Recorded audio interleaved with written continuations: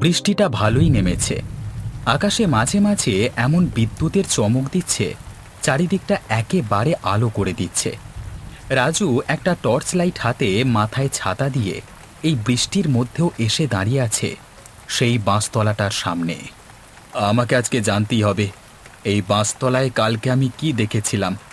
আমি বারবার রঘু কাকাকে বললাম আমি এই স্থানে কাউকে দাঁড়িয়ে থাকতে দেখেছি, কিন্তু রঘু কাকা আমার কথা বিশ্বাস করল না।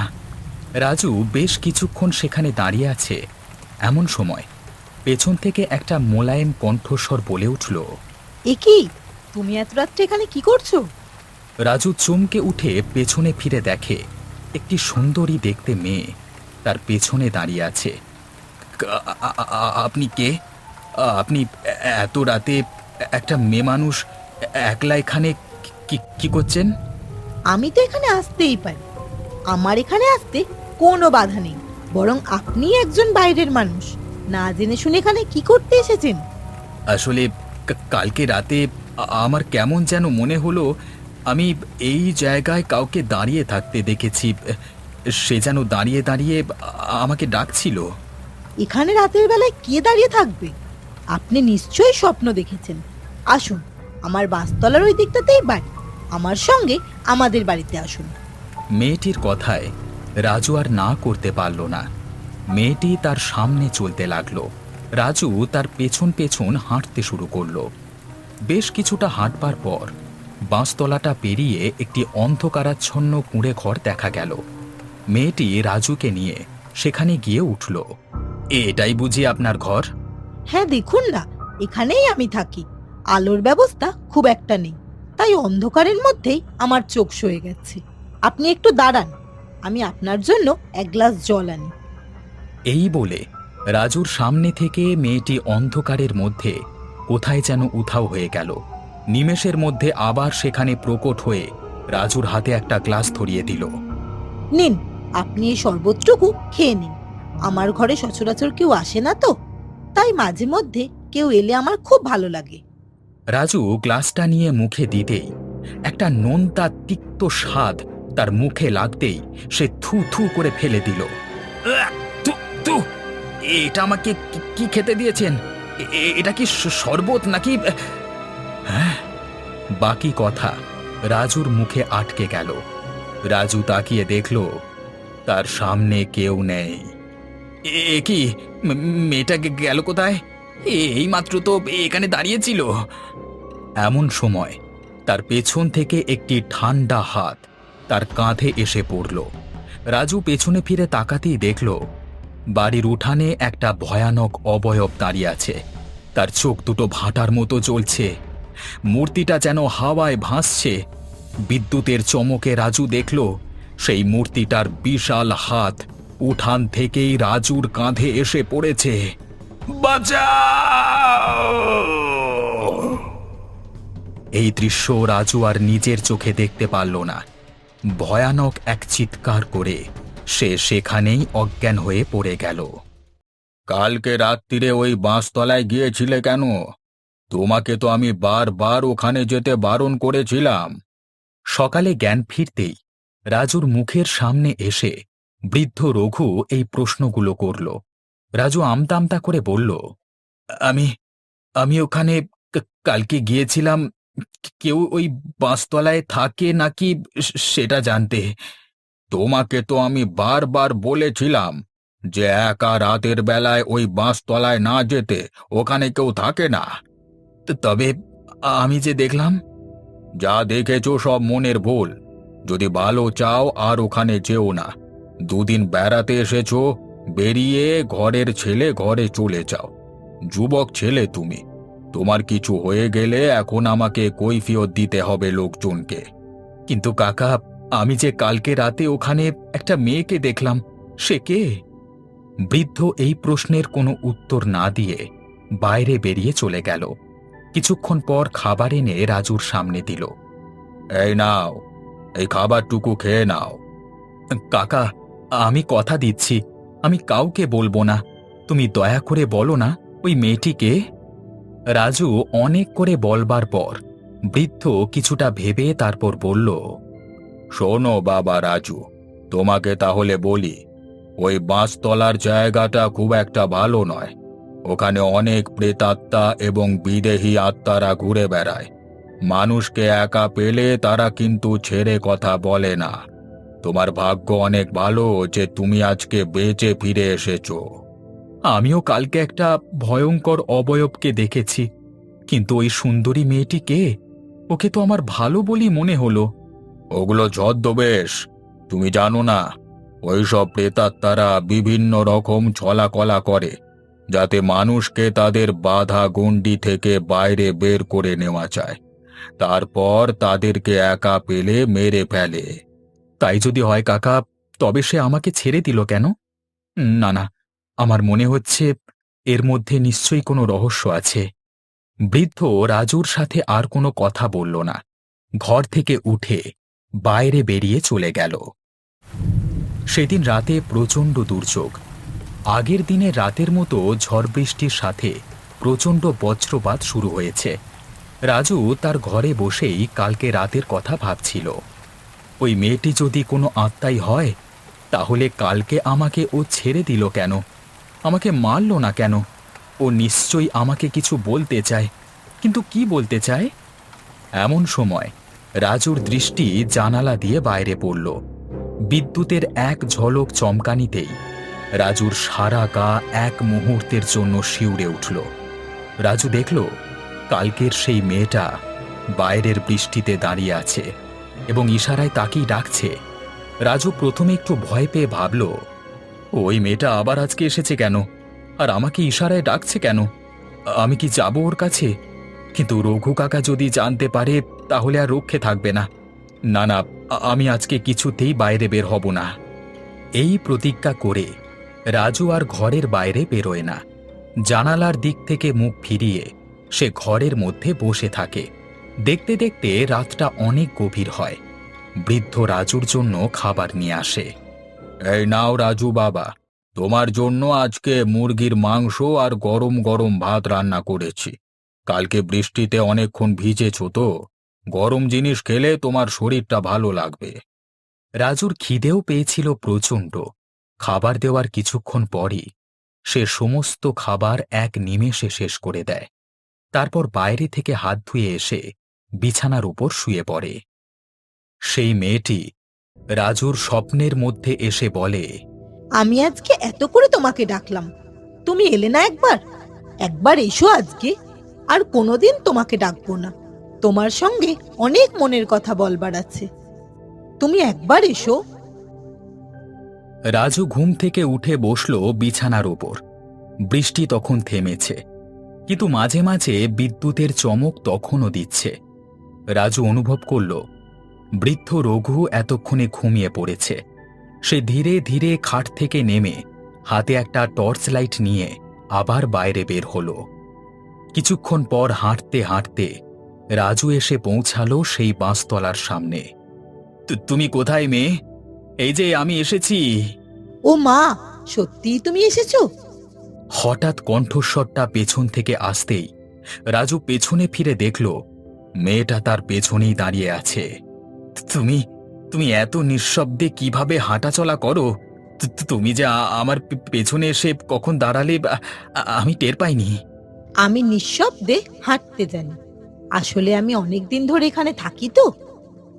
আচ্ছা, তুমি আমাকে কি বলবে বলো দেখি? ওদিকে রঘু কাকা যদি জানতে পারে যে আমি এখানে এসেছি আবার আজকে, তাহলে আমাকে কালকে এখান থেকে তাড়িয়ে দেবেন। কি বলছো কি? তোমাকে এখান থেকে তাড়িয়ে দেবে? তাহলে আমি থাকবো কি করে? তোমার সঙ্গে যে আমার বন্ধুত্ব হয়ে গেছে। রাজু মেয়েটির কথা কিছুই বুঝতে পারল না।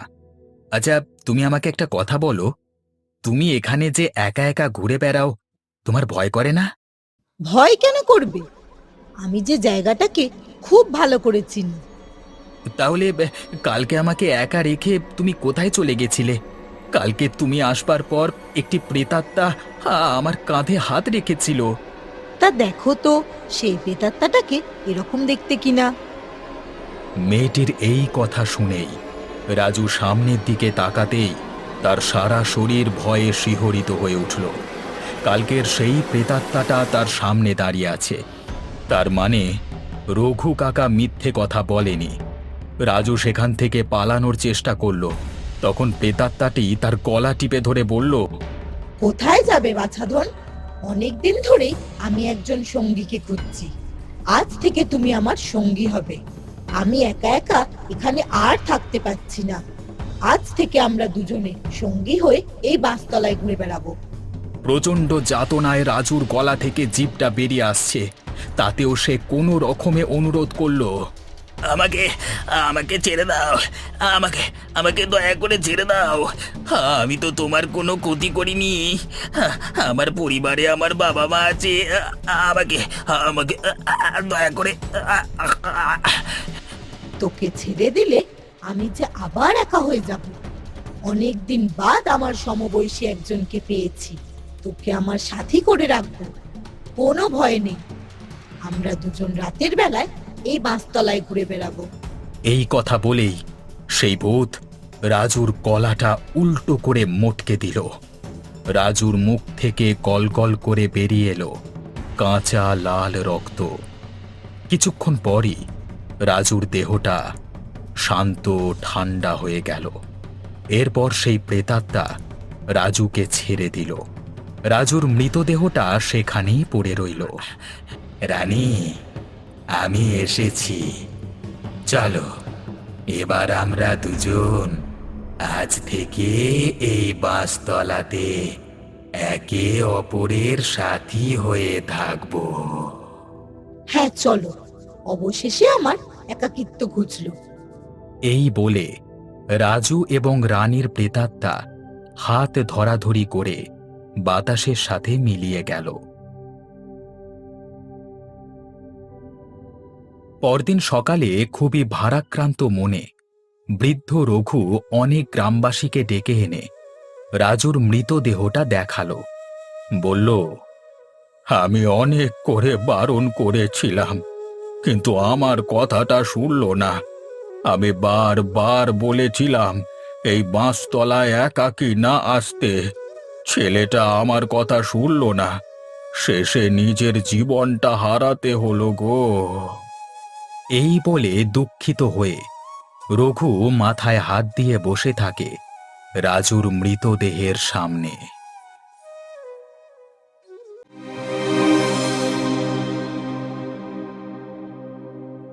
এবারের কালী পুজোয় ধুলিগড়ের জমিদার বাবুর মেয়ে জামাই এবং নাতি আসছে, তাই এলাহি আয়োজন করা হয়েছে তাদের জন্য। কি ব্যাপার, সব আয়োজন কতদূর হলো? কর্তামশাই, আপনি চিন্তা করবেন না, সব আয়োজন হয়ে যাবে সময় মতো। ধুলিগড়ের জমিদার বাবু প্রতাপ নারায়ণ চৌধুরীর বাড়িতে আজ প্রায় ১০৪ বছর ধরে কালী পুজো হয়। জমিদার বাড়ির ঠিক পেছনে কঙ্কালীতলা নামক একটি জায়গায় প্রতাপবাবুর মা স্বপ্নাদেশ পেয়েছিলেন কালী ঠাকুরের। তারপর থেকেই সেখানে একটি কালী ঠাকুরের থান প্রতিষ্ঠা করে পূজারম্ভ হয়। ইতিমধ্যে জমিদার বাবুর বড় মেয়ে জামাই এবং তাদের একমাত্র ছেলে বিলাস এসে উপস্থিত হল। আর দুদিন আগে আসতে পারলি না মা? সময় হয়ে ওঠে না বাবা। জানো দাদু, আমি মাকে কতবার বলেছি পুজোর 10 দিন আগে যাব, কিন্তু মা সেই মাত্র একদিন আগে আমাকে নিয়ে এলো। আচ্ছা আচ্ছা, বেশ বেশ, তোরা যা, গিয়ে সবাই হাত মুখ ধুয়ে নে, পুজো বাড়িতে মেলা কাজ পড়ে আছে তো। মা মা, আমি খেলতে গেলাম দাদা বোনদের সাথে, কেমন? যাচ্ছ যাও, তবে সাবধানে। তারপর বিলাস তার মামার একটি ছেলে দীপু এবং মামার মেয়ে রত্নার সাথে খেলা করতে গেল কঙ্কালীতলায়। এই বিলাস, তুই ওদিকে কোথায় যাচ্ছিস? কেন, কি হবে ওদিকে গেলে? আমাদের মন্দির তো কঙ্কালীতলায়, আর ওদিকটা গভীর জঙ্গল, একটি পুকুরও আছে। জায়গাটা খুব একটা ভালো না, তুই ওদিকে যাস না বিলাস। কিচ্ছু হবে না, তোমরাও এসো না। কিরে দীপু, যাবি? আমি তো কখনো যাইনি, যাবি? চল তাহলে।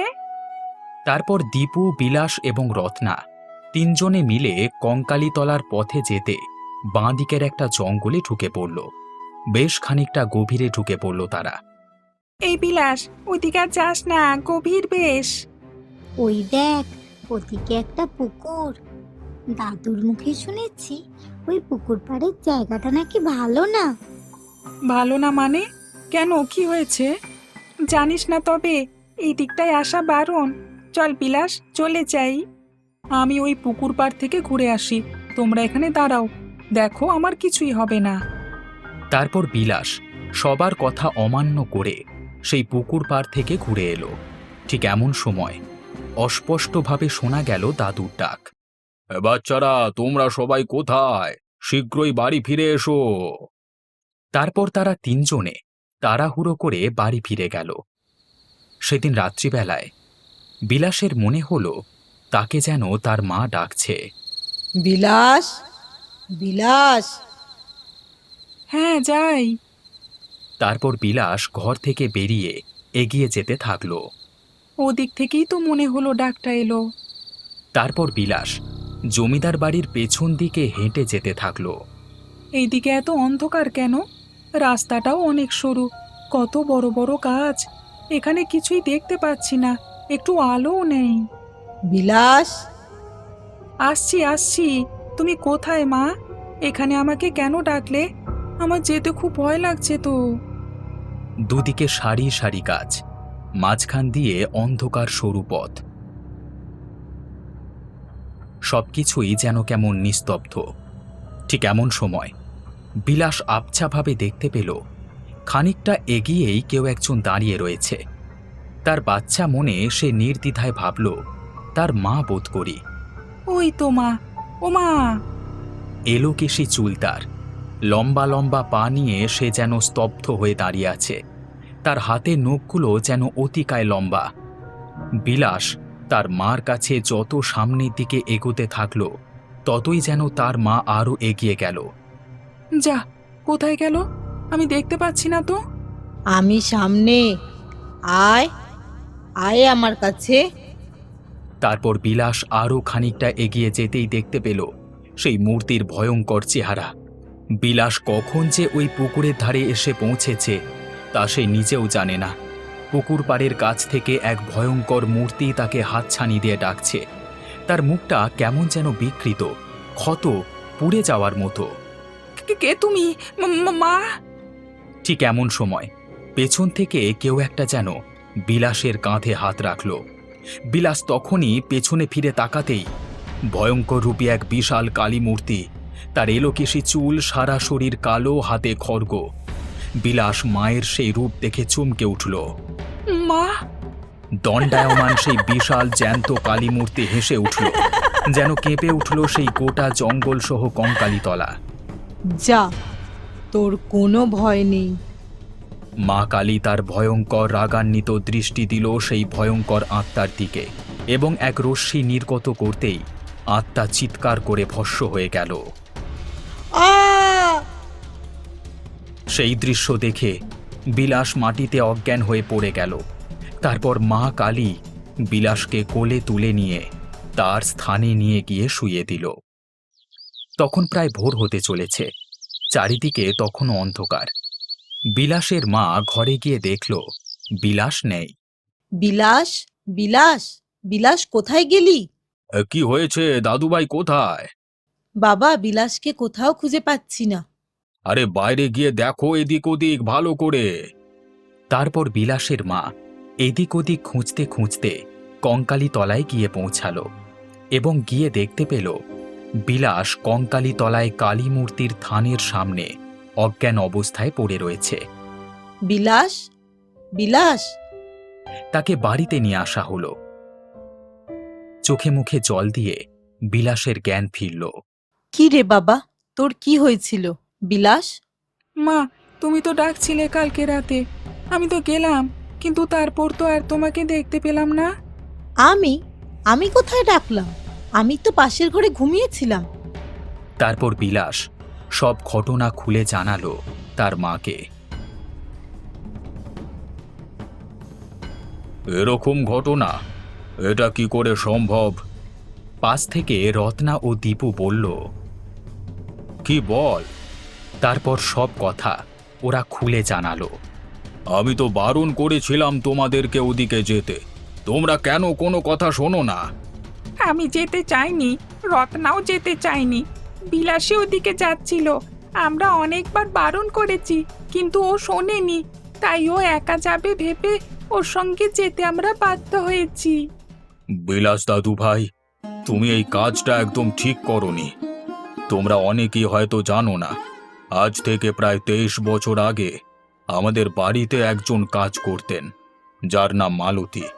আমরা সবাই তাকে জেঠিমা বলে সম্বোধন করতাম। একদিন শুনতে পাই কঙ্কালী তলার আগে ওই পুকুর পাড়ের তেঁতুল গাছটায় গলায় দড়ি দিয়ে ও আত্মহত্যা করেছে। তারপর থেকে কেউ আর ওই পুকুরে স্নান করতে যেত না এবং ওদিকে কেউ যায় না আজও। অনেকেই মালতী জেঠিমার আর্তনাদ শুনতে পায় নিঝুম দুপুরে বা গভীর রাতে জঙ্গলের পথ ধরে গেলে। আমার ভুল হয়ে গেছে, আমি আর কখনোই এ কাজ করব না। আচ্ছা, ওকে আজ উপোস রেখে মায়ের কাছে পুজো দেওয়াবি। তারপর সেদিন রাতে শুরু হলো পুজো। ভর অমাবস্যায় কঙ্কালী তলায় দীর্ঘ বছরের মতো গভীর রাতে পুজো আরম্ভ হলো। কাঁসর ঘণ্টা বাজতে থাকলো। তারপর অবশেষে খুব ভালোভাবে কঙ্কালী তলায় কালী মায়ের পুজো শেষ হলো।